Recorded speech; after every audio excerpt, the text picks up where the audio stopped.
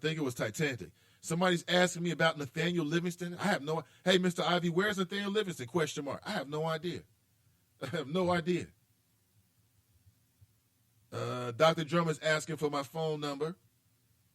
Says, keep up the good work, brother. Never give up. I agree. Most def. B writes, I believe this might be a way to deflect from the fact that Afro Man did the same thing by giving many/all construction projects to his brother. Even that's out in the business. I don't need to know the details. I mean, I'll be honest with you. If I had a brother and I was in a position to steer some money his way, I'd do the same thing. Wouldn't you? I know I would. I mean, is that selfish? I don't think so. So when I hear people saying, well, you know, his brother got a contract, and I'm thinking, people do that. That's why you have a brother and a sister. I mean, we should all be so lucky to be in a position where we can give our brother a contract if that's what in fact happened. Again, you know, I'm not friends with Christopher Smitherman. I don't give a damn. I don't know where he is either. Makes no difference to me. I'm Nate Ivey. I do what I do. But if you ask me a question, I'll give you a straight answer about anybody, okay? Because that's what I'm going to be able to do since I'm under my own flag. I can be straighter than ever before. You ask me a question, I'll give you a straight answer. You know, nobody's going to call me into a room and say a damn thing to me about anything. Nothing. It's just between you and me right now as we grow. As we grow. So that's the truth. You know, ask me a question about anything. And I'm even comfortable telling you that I'm uncomfortable answering the question live on the air. I only have one way to do it. Okay? And that's the way I'm going to keep it. This is, you know, what I like about this is that I'm able to see your interactions as well from my studio. And what's so cool about this is, and this is a big difference between what I'm doing and, let's say, you know, other radio stations, is that, yeah, sure, you can send a text message to a lot of people. You can send a text message to your favorite radio guy, but they can't text message you back. And you also can't see what other people are text messaging. That's one thing you can do here with me on Nathan Ivey Online. I want to be more interactive than anybody else. And these are the steps that we take to do so.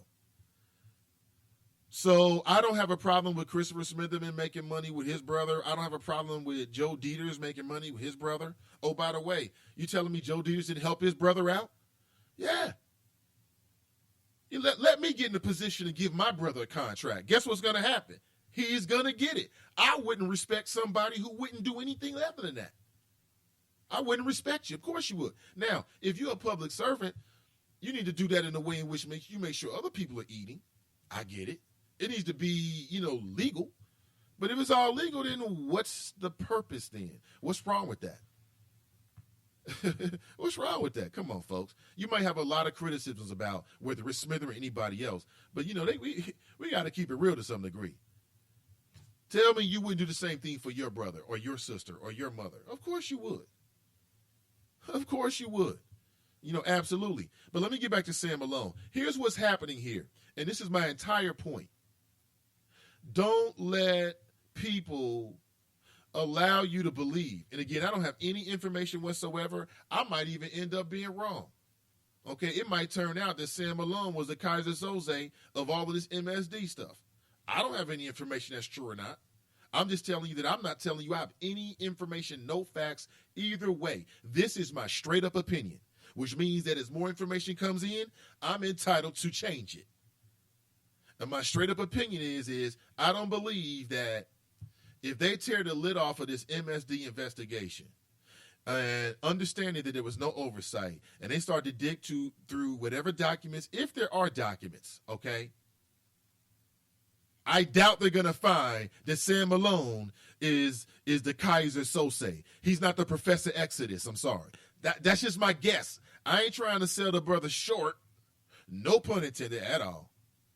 I ain't trying to sell the brother short at all.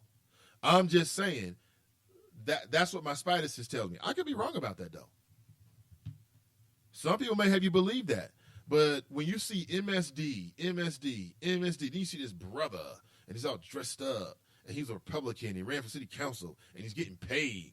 And from what I read, if it's true, Hey, sweet deal. Sweet deal, bro. And that's what you do. You move on. That's his deal. That's his deal. And I don't know if they're trying to say this stuff was legal or not, but it looks really, really, really, really, really, really, really bad. And again, I don't have any information. It might come out that Sam Malone was the mastermind behind it all. I'm just saying, from what I know of the brother, and I'm just telling you, from what little I know of the brother, I'm not trying to separate myself from that, from when I say that, Sam, if you're listening. Or if you know Sam and you happen to tell him about this. I'm just, you know what I'm trying to say. Get me all tied up in here. What else here? A lot of well wishers. I see some folks connected on Facebook. I appreciate you checking out the flow, Nate. Appreciate you. Most definitely. I will be with you tomorrow at 7 a.m. Yes, I did talk about Justice Scalia. Here's the headlines as it relates to Justice Scalia. Roadblock ahead. GOP vows no vote on Scalia replacement under Obama. They don't want him leaving any stains, any residue, any remnants. Don't leave your book bags over here. Get your socks, Tyrone. They want you out of here. Now, here's the hypocrisy of it. All of these Republicans run around talking about, well, it's improper for, and I wonder if any Republicans listening in the audience right now might want to challenge me on this. The door is wide open. Send a text message. But they're running around saying, well, he's a lame duck president. He's only got a year left. Yeah, that's a fourth of what he was elected to do. That's significant. That's significant. And considering it's the last fourth, and therefore it hasn't happened yet, it is the most significant because it's right now. It's real life. It's present day. So they're running around like, well, it's improper. It's never happened before. No president has he's never gotten a Supreme Court nominee through his last year, and the Republicans aren't going to stand for it, but they did it for Reagan. They did it for Reagan, folks, in the last year. And from what I understand, I believe Mr. McConnell was for it then. There's a lot of Republicans was all for it then. But now that it's a Democrat, and again, I think that's the bigger issue here. He's a political opponent. He's a Democrat. It's not because he's a black guy per se, although people are willing to use that for the lesser intelligent members of our neighborhoods. The members of our neighborhoods are more given to their baser emotion, right? They'll play it up for those folks. The backwater bubbas, the hidden racists. But it's about Democrats and Republicans. Because to keep it all the way real, they did the same thing to Bill Clinton, folks. We've seen this before. The only difference is that now there's a racial element because the man has darker skin. That's it. Nothing more. Let me move on. I want to hear something else this morning.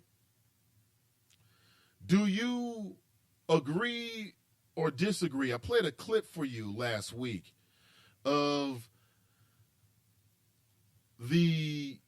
a clip of what happened on on the Steve Harvey show. And Steve Harvey has, I'll be honest with you. I do watch the Steve Harvey show from time to time. If I'm at home, I'll turn it on, check it out. It is what it is.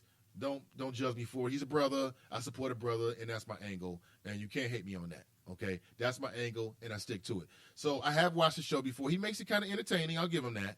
So last week he had some ladies on, and they had the Farrah Fawcett hairdos, and I kind of clowned them. I got a couple of messages. Nate, I got blonde hair. What's wrong with me? Nothing. There's nothing wrong with you. It's everything wrong with me. It's the way I looked at it. Okay, we'll leave it just like that. But it was these two sisters. They were set up with two men on a date, and they clowned these two men. And a lot of people said, oh, these women are superficial. And I even might have said that. Okay? That might have been my knee-jerk reaction. I'll give you that. But I want to draw your attention. I've already posted it to a response to everything that went down from a woman named Demetria Lucas. She's been doing some good stuff around relationships and dating, relating on the internet for years and wrote for a lot of prominent magazines. I'm sure you've come across it before. But she says, no, hold up, America. This is an example of shaming women because they want attractive men. And you know what? After reading the piece and thinking about it, she's kind of got a point. I went back and watched that video. And to keep it all the way real with you, one of those dudes, he didn't look too right. He didn't. And I've got nothing against balding men. I mean, hell, I'm balding, I guess. I say I guess like I got some hope. One day I will bald too. I admit it. It hurts. It's going to happen. So I have nothing against bald men or balding. I ain't here to say nothing about you if you're balding. That's not what I'm here for. And I'm not trying to play you like that. But here's what I will say. Is that one of the dudes in that video, man, the dude with the glasses on, he had a very interesting haircut, didn't he? And I'm like, it was almost like, and I'm going to say the Bozo the Clown haircut. Like the exaggerated Caesar. Older folks know what I'm talking about. Check it out for yourself. And I'm looking at this dude like, you out on a date like this? The other dude is smacking when he chews, which is there anything more of a pet peeve than you're on a date and this person is smacking or eating with their mouth open? I mean, why? Where are your parents, right? Go home. And I'm like, yeah, maybe she's got a point, but check it out. People are already chiming in on Facebook. And a lot of people say she's got a point, that women have a right. Here's the point. Women have a right to demand to be with an attractive man. They don't have to date some ugly dude just because he's black. That's the point. And that's hilarious. And, of course, they're absolutely true. I want to know if you saw that.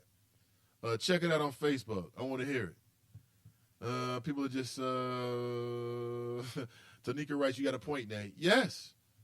Yes, absolutely. So you don't have to date some ugly dude just because he's black?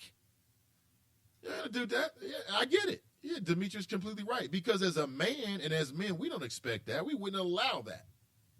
Oh, no. We'd never do that. Brent writes, Mr. Magoo. Let me go back and take a look at him. Yeah, Mr. Magoo. And, you know, as I'm watching the video, and this was my initial thought even last week. As I watched the video, something made me think that was a costume because the guy just looked too staged. Too staged. The glasses, the extreme Mr. Magoo. Check it out. Read the article. Tell me what you think. And this might be a part of a future conversation as we move forward. I think she makes a great point. Absolutely great point. What else? Scott writes, their behavior was beyond disrespectful. I mean, I get you. I get you. Brett writes, Obama has a hold card, though. If they want to play that game and not confirm any nominations or do a filibuster, ... he can make a resource appointed by constitutional authority, and there's nothing they can do about it, ... I have read that is an option to the president. However, I don't think that he's going to do that. I believe that instead he is going to try to do it the so-called right way because that's just how Obama is. That's just how he is. He's going to try to do it the right way and take it to Congress so the Republicans can't prove that he's the emperor in president. And see, that's the psychology. That's like, to me, I can see it working. It's almost like reverse psychology. They're going to keep criticizing him about doing something he's not doing, so he never does it. And what is that? Take control of his full authority. That's what it's all about. They don't want him to take control of his full authority. So for years and years and years, they try to beat it into his brain and into the brain of everybody that supports him and around him that you're not a dictator. So the hopes is that he don't realize how much power he really has. I've got no problem with it whatsoever. What else before we leave? One last thing. I'm going to post this. You got to see this. This is the funniest thing ever. And I say bravo to SNL. Typically, I don't give them a lot of credit. But on this particular one, I think they was dead on. I don't know if you've seen it. I don't watch SNL too much because, honestly, they're boring. But this particular skit, they killed it. It's called The Day Beyonce Turned Black. And it's hilarious. You have to see this. It's on my page if you haven't seen it already. Matter of fact, you can sit here right here as I put it together for you.